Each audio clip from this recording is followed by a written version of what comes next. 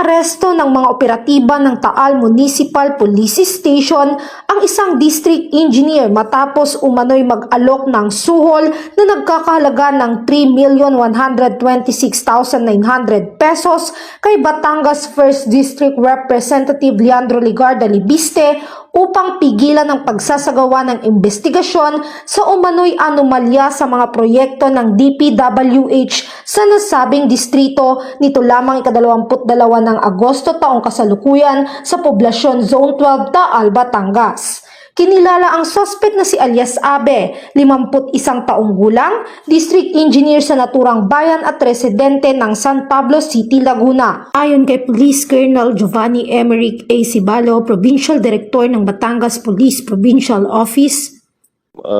Last Friday po, August 22, around 6 p.m. ay nag-responde po ang ating sa pangungunan ng ating hepe sa Taal dahil meron po kaming na-receive na information na may ongoing nga po sir na parang attempt to bribe si congressman po. Kaya nagtungo po si lugar at nakuha nila sir yung mismong tao doon sir at on the act sir na bribe sir. Andun din sir yung na-recover na pera sir amounting to more than 3 million sir. Based on reliable information, nag-responde po yung ating police sir.